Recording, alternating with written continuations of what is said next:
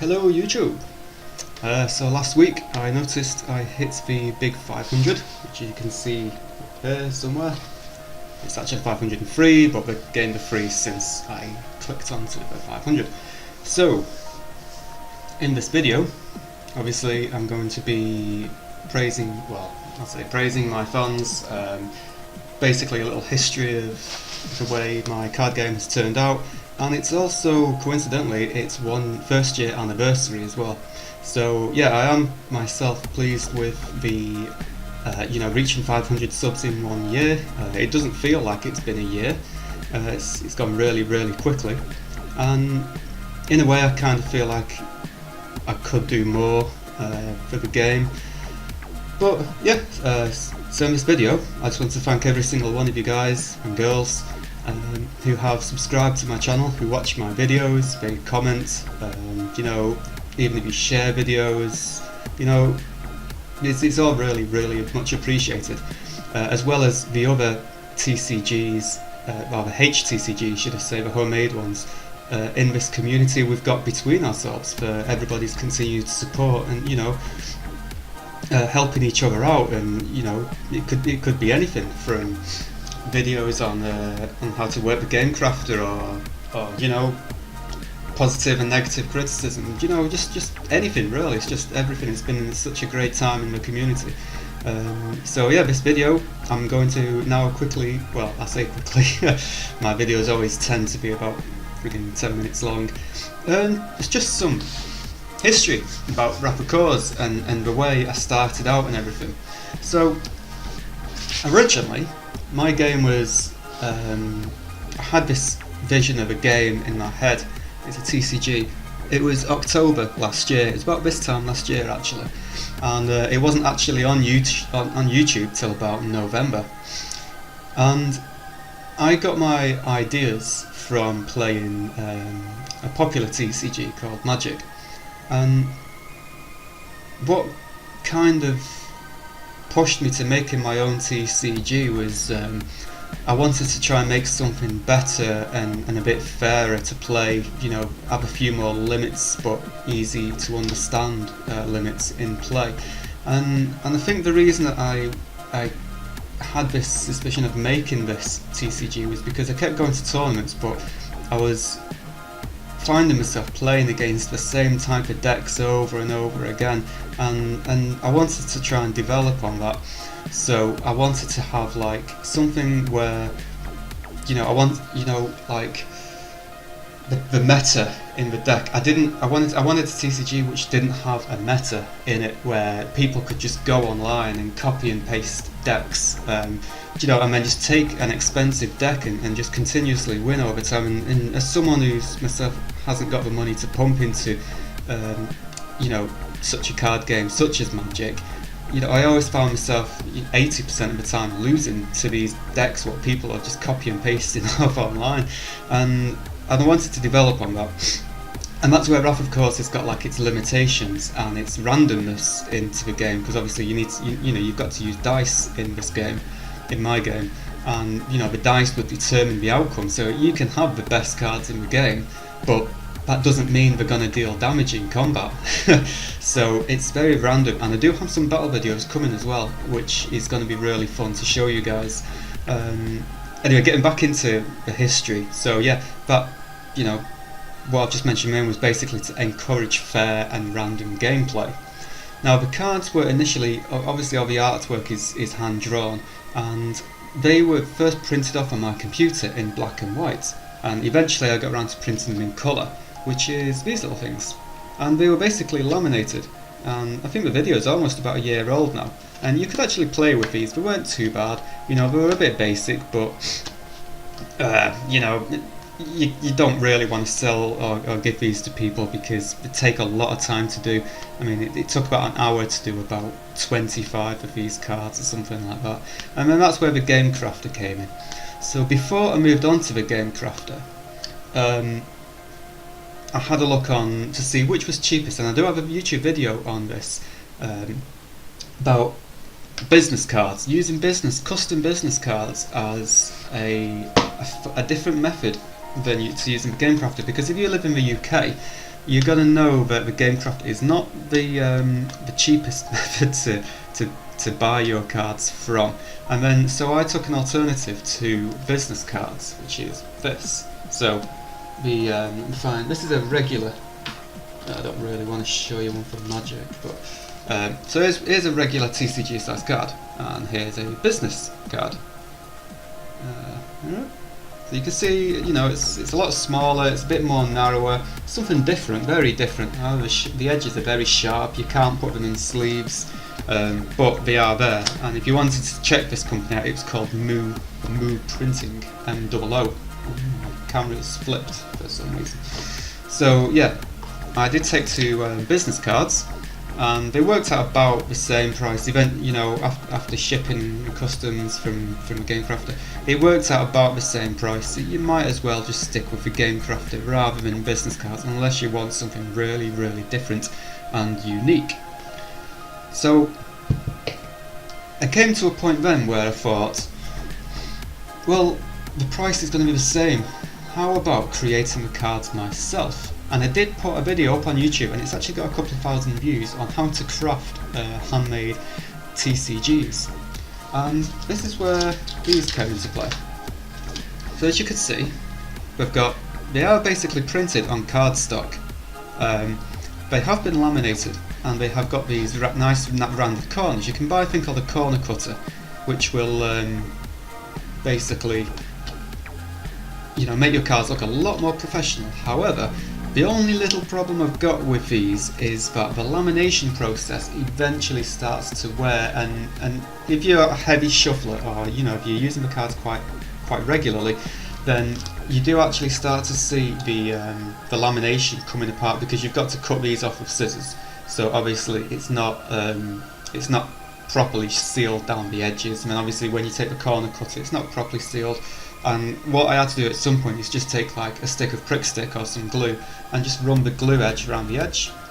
However, that would then cause issues with shuffling, because you'd have dried glue on the edges. So again, this is another very different, unique method of creating cards, but it's not I wouldn't say it's the most professional method. They do look nice, they do feel nice. However, I wouldn't myself. You would make them just to test your game with, or something like this.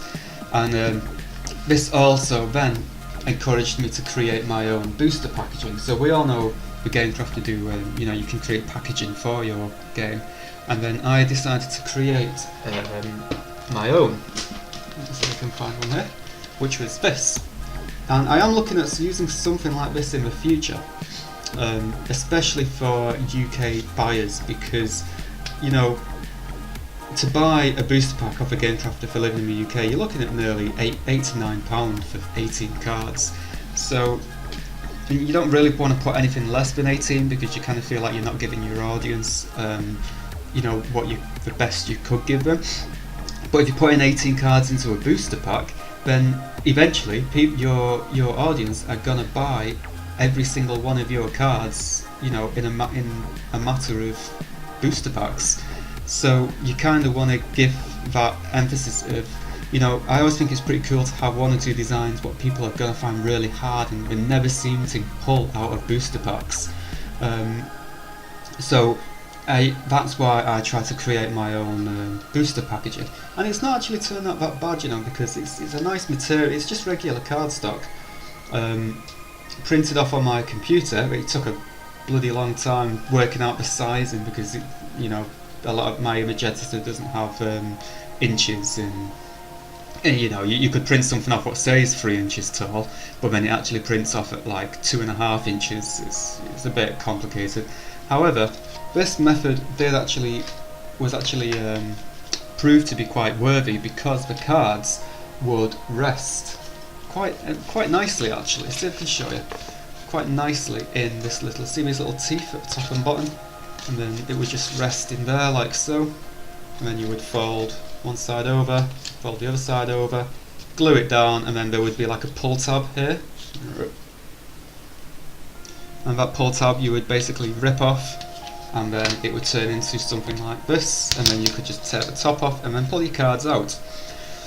I'm looking at doing something like this. If you live in the UK and you want to buy any Rapid Course cards, please let me know if this is something you would be interested in, because you would be saving a shit ton on postage, import fees. The price of the packaging is about $3 each, you know, and that would ultimately make the price of these cards significantly cheaper to buy. So yeah, let me know about that. So moving back onto the history, because I keep straying away from it. Eventually, after all this method, I just ended up doing what everybody does and getting onto the Game Crafter. And the cool thing is, if you link your YouTube to the Game Crafter, people who actually look at your game, it goes on your YouTube record as well, on your Creator Studio, so YouTube knows that you're getting views from the Game Crafter. So always, as a little hint and advice, always link your YouTube channel to your Game Crafter account. So yeah, definitely do that. Then, after a couple of months, I completed GB Part 1. GB Part 1 brought about 100 cards or something like that. There was 2 decks, the Deck of Honour and the Deck of the Darkness, as well as all the booster packs. So, this, like I say, it brought about 100 cards or something like that. And a couple of months after that then, after many more designs, I was drawing about 6 designs a day to get GB Part 2 completed. At the moment I don't have the time to do that. I am working on set 2, however it's going to be a long time before that one comes out. And yeah, so Part 2 obviously brought forward the Deck of the Wilds, which is the green and the blue deck. And it is a very fun deck to use. I've been using it with my friend, and you know, it is really interesting to use. And obviously as well, there was the collector's box. The collector's box was also released with Part 2 of GVE. And GVE in total upped the total card limit to about 182 different designs. And I honestly feel like I've not done that many. And like, obviously, I mean, I know on my computer I've got 182 different card records, but it doesn't feel like I've drawn 182 cards, so it might be something because I've enjoyed doing it, or you know, the times go so quickly you don't know you're doing it. You know, it's something very different, and it's like a, you know, it's something really weird. It just doesn't feel like I've hit 182 cards. Plus, there's more. I've got more artwork designs here, so at the moment I've probably got about 200 in total so far. But obviously, there's only 182 out with the GVE series. So what else is there really? I mean, I'm regularly I try and upload onto YouTube at least once a week. This is this week's video. You know, explaining how I've got to be with Wrath of Cause. I think in the process of doing Wrath of Cause, I have also started to create a somewhat powerful PC, which is also suitable for gaming on as well. Because at the moment I'm running on like a 6-year-old PC, Windows 7 Basic. However, my wages have messed up a little bit this month, but I was hoping to have my new PC done and dusted by the end of this month, because it would have all the fancy new shiny new i5 i7 processor. I've bought a brand new motherboard. I'm going to try and get 16 gig of DDR4 RAM. I've got a 1050 Titan. You know, so I was really looking forward to get my new PC sorted. However, wages have screwed up a little bit, so I really can't buy anything this month. I'm proper scraping the barrel. But that's why I can't really do a competition for this 500 subscriber video. However, that does not mean I won't be doing giveaways and competitions in the future. You know, maybe 2 or 3 months time I might just do a little competition just to get people back into the flow of things.